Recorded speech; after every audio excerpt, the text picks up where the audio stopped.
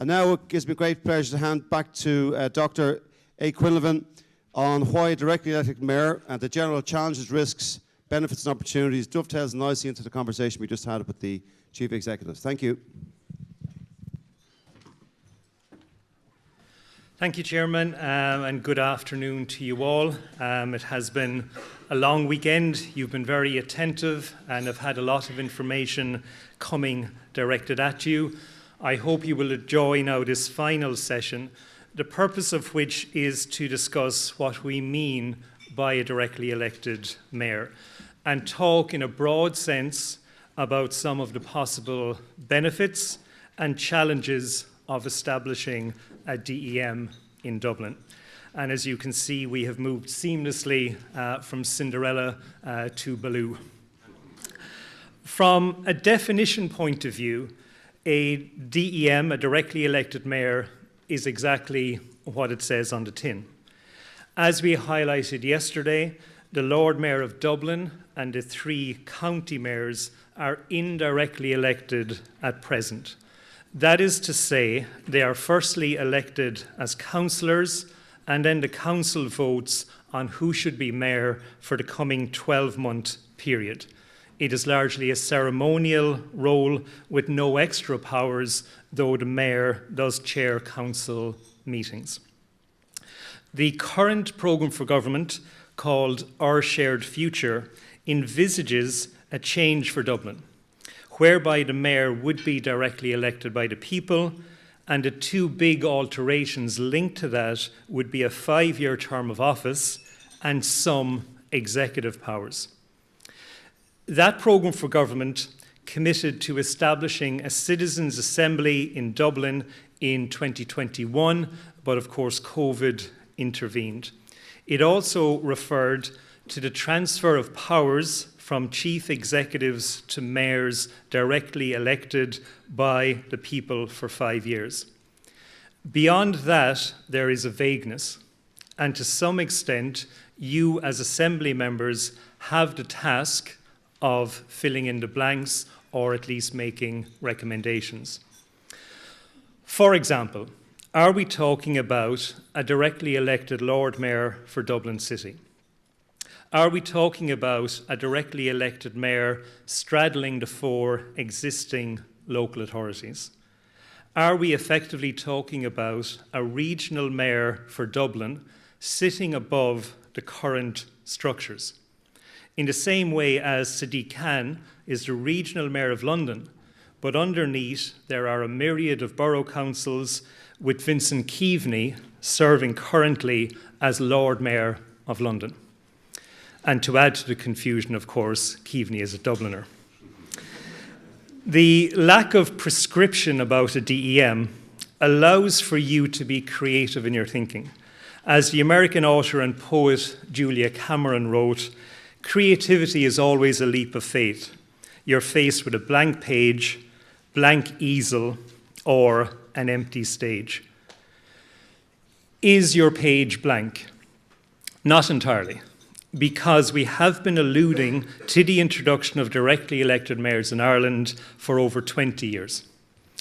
In future sessions, we can try and learn more from different jurisdictions, assess diverse, strong and weak mayoral models, talk about removing a mayor from office, the relationship between the DEM and chief executive, and between the DEM and the council.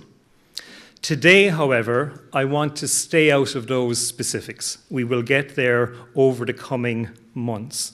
Rather, I want to focus more generally on the concept of a directly elected mayor. In other words, if we were engaged in an exercise whereby we were writing down perceived advantages in one column and perceived disadvantages in another, what would we come up with? Before getting to that, and Derek covered some of this yesterday, it would be remiss of me not to briefly set the stage because we have been here before. Legislation was passed as far back as 2001 under Minister Noel Dempsey to introduce directly elected mayors for a 5-year term with executive powers from the 2004 local elections.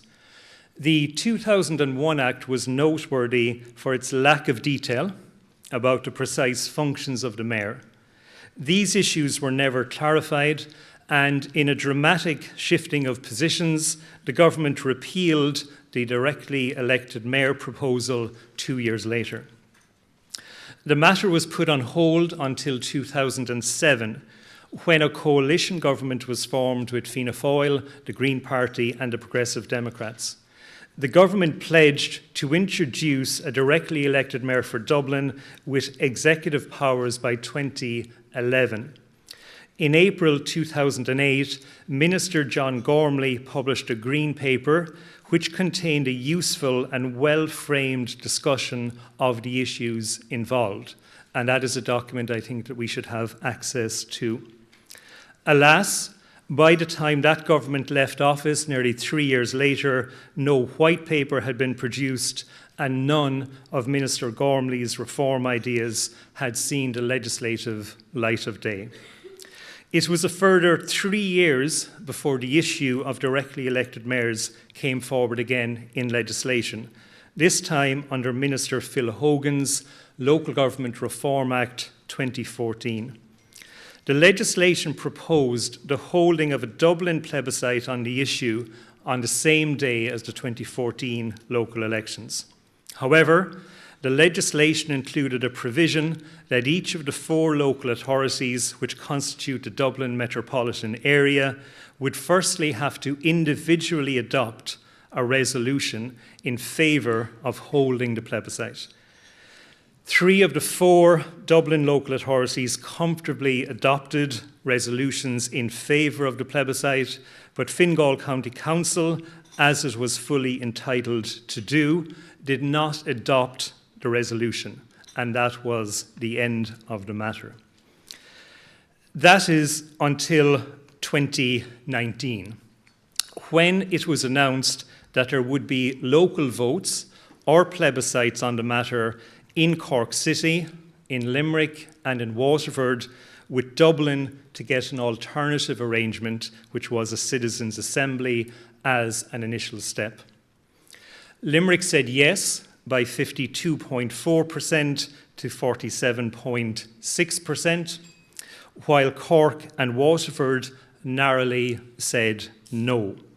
We await the DEM in Limerick, and in the meantime, of course, here we are with the Dublin Citizens Assembly. As Molière wrote, it is a long road from conception to completion. The road in Ireland towards the DEM has been filled with potholes and obstacles, but a lot of work has been done in the past 20 years. For example, in advance of the 2019 plebiscites, the government published what it called detailed policy proposals. There were some interesting things in this document. It said, for example, the DEM will replace the chief executive as the person responsible for carrying into effect directions of the elected council. That is not to say that the chief executive would be entirely gone from the system. It also conceded, however, later in the same document, the splitting of executive functions between the DEM and chief executive could potentially lead to added complexity and possible confusion. The DEM was to have power over the budget unless 2/3 of the council voted against it. There were complex proposals for the recall or removal of the DEM, including citizen petitions and a plebiscite. The salary was revealed as $130,000 per annum, with the DEM allowed up to 5 staff. Predictably, all costs were to be met from the local authority's own resources. All of this stems from 2019, of course, and may or may not be relevant for our discussions. And forgive me, I have drifted into some detail here, but it is good to know what lies ahead of you. So let's get back to our list of pros and cons, and I will hope to do so in a balanced way. On the pro side, it is not difficult to make a case for directly elected mayors. They are a dominant and a growing international trend. With a DEM, you should get greater democratic legitimacy because, of course, we are talking about a direct vote by the public, a 5-year term in office, and executive powers. This should result in clear political leadership and a champion for Dublin to help it compete against other similar-sized cities across the world. Overall, we should see greater visibility for local government based on the profile of the election for a directly elected mayor and, of course, the winning candidate. And this could hopefully generate more interest from the public, higher levels of participation and turnout. The mayor could potentially become a catalyst for wider local government reform, addressing some of the weaknesses in the system I outlined yesterday. Think, for example, the mandate that a directly elected mayor for Dublin would have. She or he would have the largest electoral mandate in the country, bar the president, which is an apolitical role anyway. The size of that mandate may make some in central government nervous. What if the mayor is constantly at loggerheads with the government? We saw this in the 1980s in London, with Ken Livingstone as mayor of the Greater London Council and Margaret Thatcher as Prime Minister. They spent their days shouting at each other across the River Thames. That is, until Thatcher grew tired of the aggravation and simply abolished the Greater London Council. And this can always happen in a highly centralised environment. Also with a DEM, we should see quicker and more decisive decision-making, which could bring benefits to communities, to citizens, and the business sector. So rather than having to reach political compromise with 63 councillors in Dublin City Hall, a mayor with power and clout could decisively seize the initiative. Equally, however, we cannot ignore the potential pitfalls and indeed challenges. We must not make the mistake of thinking that a directly elected mayor is a panacea. For example, I just highlighted speedier decision-making. That, of course, is great, but within a centralised system, will this just mean that a piece of paper or email will get to the Custom House and central government sooner, but will still be left there for a few months while the minister or senior civil servant makes a decision? Grafting a directly elected mayor onto the current system without any meaningful changes to local government responsibilities and financing may not make any appreciable difference.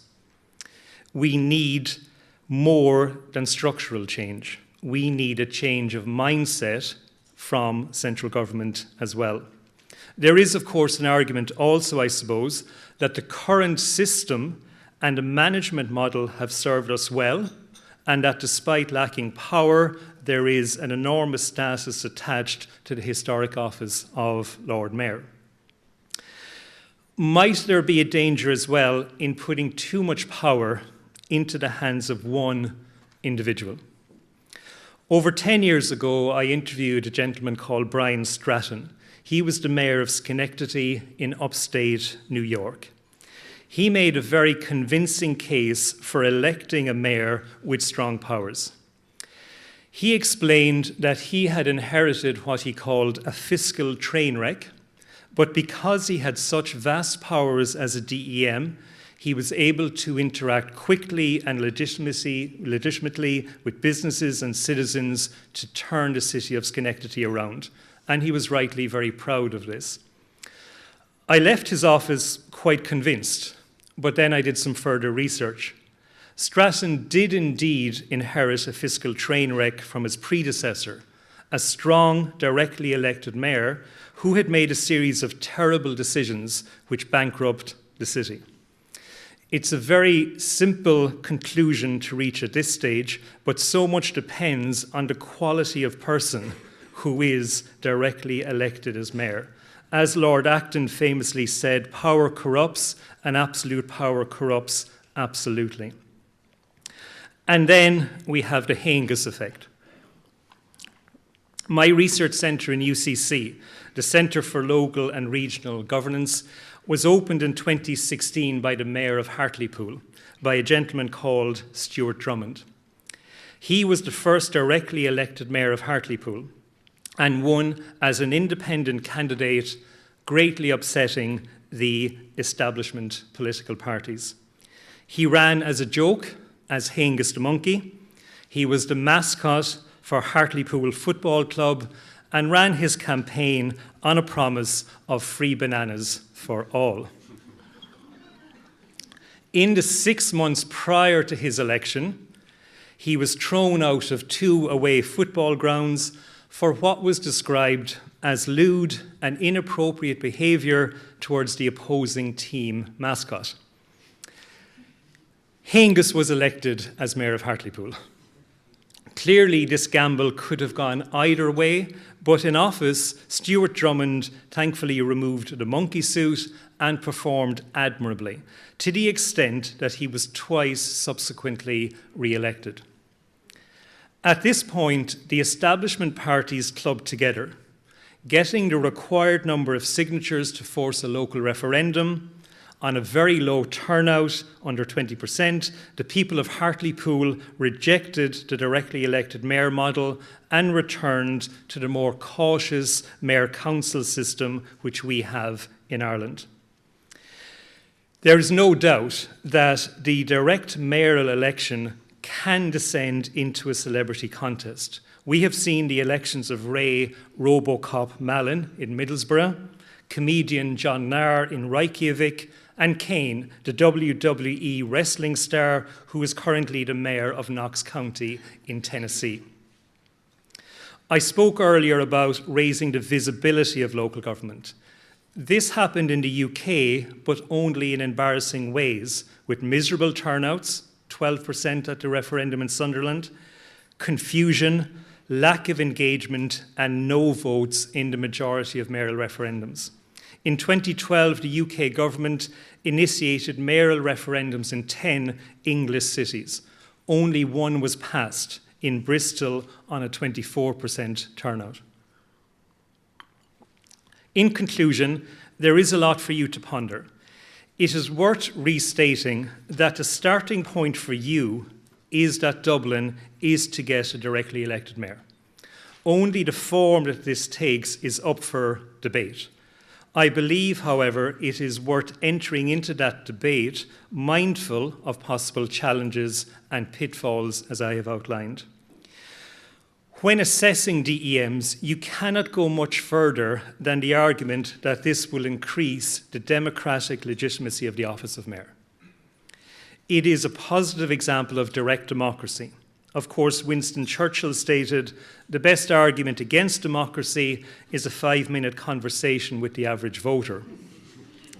This is an elitist view. It does not chime with the basic concept of giving people the chance to choose, and indeed, it contradicts the entire basis of this assembly. As citizens, we may choose badly, but we cannot have it every way. In my opinion, if I'm allowed, it is easy to dismantle the celebrity circus concerns.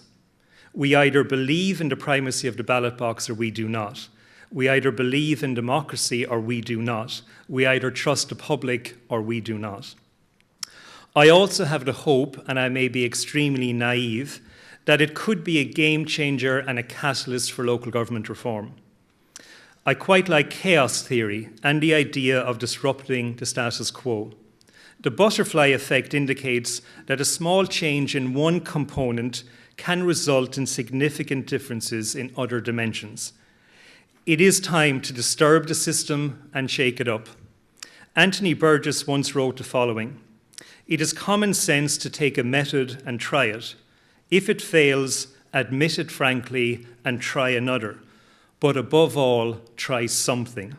After 20 years talking about it, now is the moment to try something." Thank you.